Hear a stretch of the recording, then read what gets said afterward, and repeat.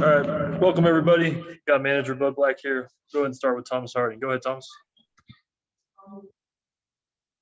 Hey, buddy. First of all, I was looking at some dispatch from Baseball Info Solutions. They do the Fielding Bible Awards, and they picked Ryan McMahon as the Defensive Player of the Month. Just from your eye test, is that an accurate evaluation? I think wise choice, Thomas. I think, yeah, from my eyes, I think the coaches, I would say the same thing. You know, I thought Mac has played great defense, you know, all season long, especially the last month. I think some of the plays he's made at second base have really been brilliant. Steady at third. Uncharacteristic error last night on the throw because he's got a fine arm. But I think well-deserved and a great choice by Baseball Info Solutions.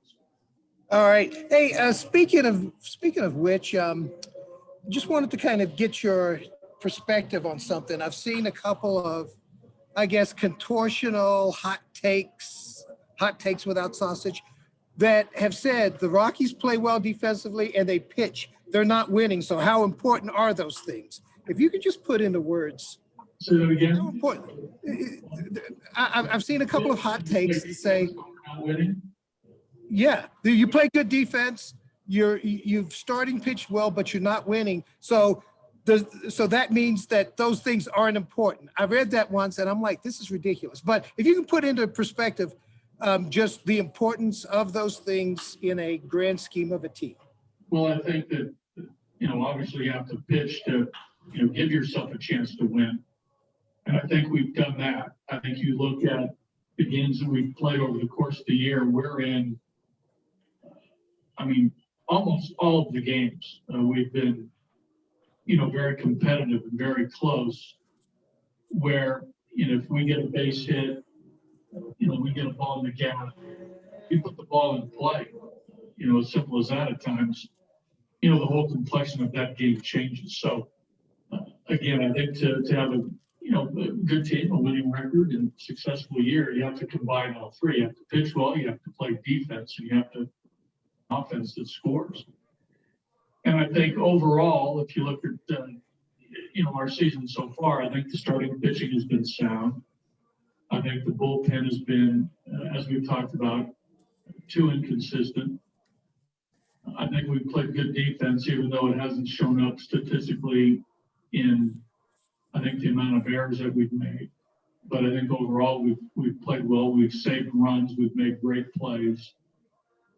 But on the offensive side, we haven't done nearly enough to help us win. So, you know, that's where the improvement has to come is, you know, with us swinging the bats better as a group collectively. And it's not just, you know, a couple of bats. It's, you know, pretty much the whole roster at times has been, you know, not putting it together. So, you know, we have 12 position players and they all have to contribute. And it's been, you know, too inconsistent this year as far as that offensive production. Thanks, buddy. Go to Patrick Saunders next. Go ahead, Patrick. Good afternoon, buddy. How are you today? I'm well. Welcome back. Well, thank you. Thank you. Real quick update. I know you told everybody else yesterday about Trevor. Can you give us anything more, or is it just status quo right now? Feeling better. Played catch today. Is going to hit here shortly during regular batting practice. I don't know if you're here, but saw a lot of extra work on the field this afternoon. A lot of guys hit off the breaking ball machine.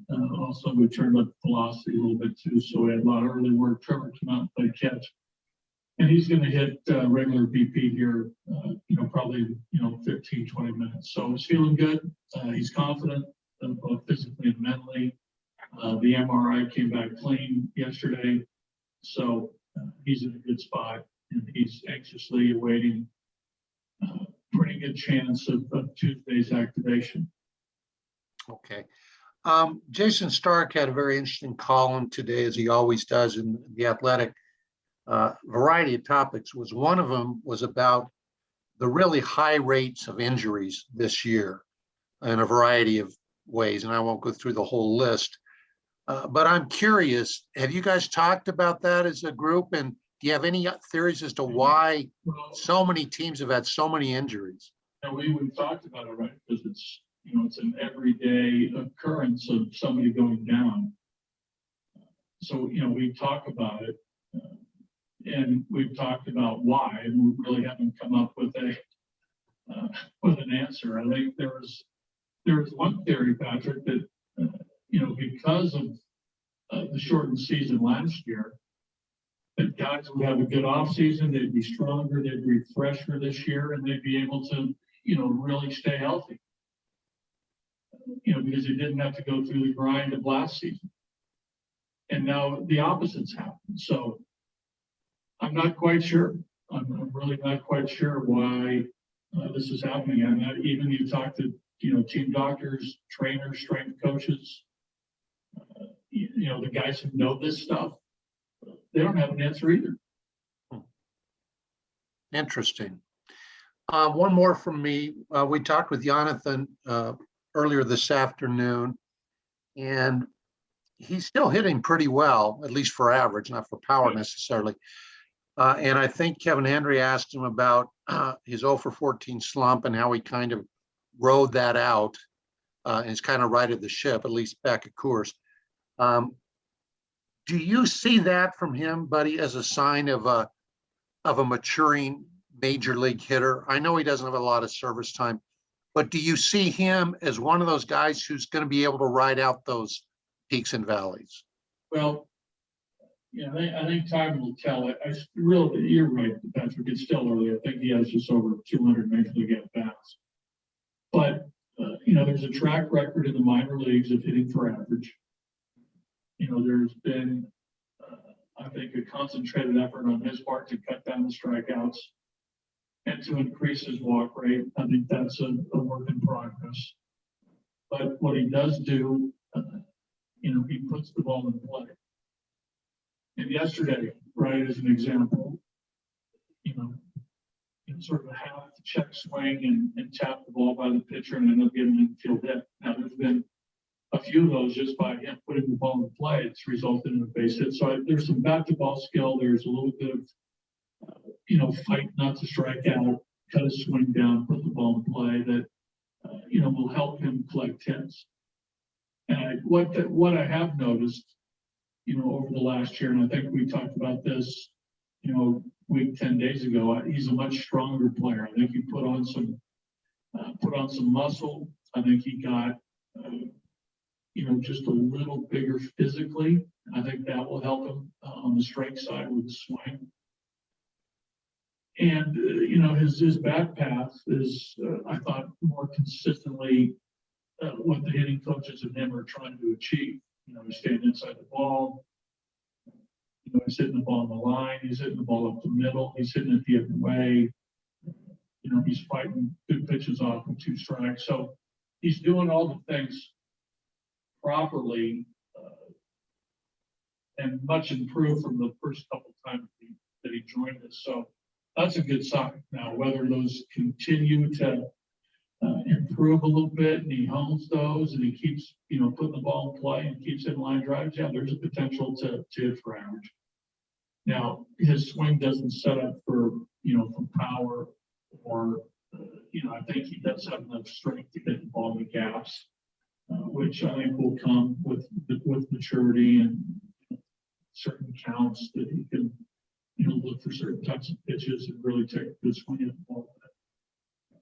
I think we've been impressed with, the bat to ball skill, the ability to collect some hits, use the whole field, line to line. And, those are usually, good signs of future success if you're doing that at a pretty good rate as a younger player. Great. Thanks, buddy. Appreciate it. Go to Kevin next. Go ahead, Kevin Henry. Hey, buddy.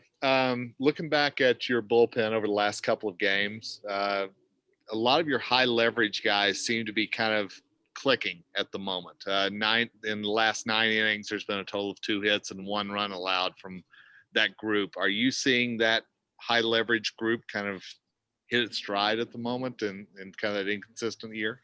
Well, it's really helped that Carlos is back in the fold and throwing the ball well. And I think, we've talked about it, I think the last couple of days about Bard making some subtle changes within his mechanics. We talked about where his foot was on the rubber, a little bit more about fastball usage, fastball command, trying to get the massive run from, a lot of his fastballs and locating the breaking ball in better spots down in the strike zone especially. So, you can see those guys, naturally making strides because of the, things that they're working on. And Carlos, coming back from, the finger situation. Kinley's been more consistent to your point. Sheffield's been, pretty good. Had the rough one in New York, but overall, Jordan is throwing the ball well. Gibbons, good one last night. He's been, a little bit variable, over the last 10 days, especially on that last homestand. Thanks, buddy. But for us to have a good pen, we got 9 guys out there. We need 6 or 7, 6 of them throwing well. It can't be 4 or 5. Because the other 4 or 5 guys who come in, they can't be giving up runs to change the course of the game. So it's going to take them all. And right now, I think we have like 5 guys that, we feel pretty good about how they're going. Now you need a couple more. We need Yensei, we need Stevenson, Chichi and, Shashin, as long guys. We need them to, when they pop in the game, we need them to go innings, keep the game relatively close. Obviously, if we're behind. But we need the whole group to have a good bullpen. I was just watching the Cubs and the Padres, and 1 and 2 in bullpen ERA and relief work. So, that's what we're striving for, to have that type of bullpen. Thanks, buddy. Yeah. Go to Tracy. Go ahead, Tracy. Buddy, you guys have your rotation, or your rotation has the best ERA at home, and its home ERA is well above it. It's well below the road ERA. Would there be anything? I mean, it's not like the hitters suddenly are having fun at Coors Field, right? I mean, can you explain that? No. Tracy, I wish I could. The only thing I can say is I know that, there's always a comfort factor of playing in your own ballpark and, knowing the mound and, how the background looks when you look at it play. And we've had guys who've had a lot of success over the years with really good games. So I think that's always in there, but, it's surprising to hear those numbers, based on how this ballpark plays. So I wish I could, answer it more in depth, but, it's probably a bit of comfort, knowing our ballpark and probably confidence because they're, 2 of them, they've all thrown pretty well here. There's been a couple duds, but, overall it's been solid. But you would think just based on the environment and, ballpark conditions elsewhere that, the numbers would be a little bit better for our starters on the road. I mean, this is the first time the starters have ever had a better home ERA than road. Yeah, And I know the season's early. Yeah, it's crazy. I hope it continues. Okay, thank you. Yeah. All right, last one, we'll go to Danielle. Go ahead, Danielle. Hi, buddy. Coors Field will be back at 100% capacity later this month. Just your thoughts and excitements about it being back to almost normal in a way. Super pumped, Danielle, for that to happen. This is a great ballpark, great fans. I think, field ballparks bring out the best in players. I think it brings out the best in baseball. Just the enjoyment level and the entertainment level for fans.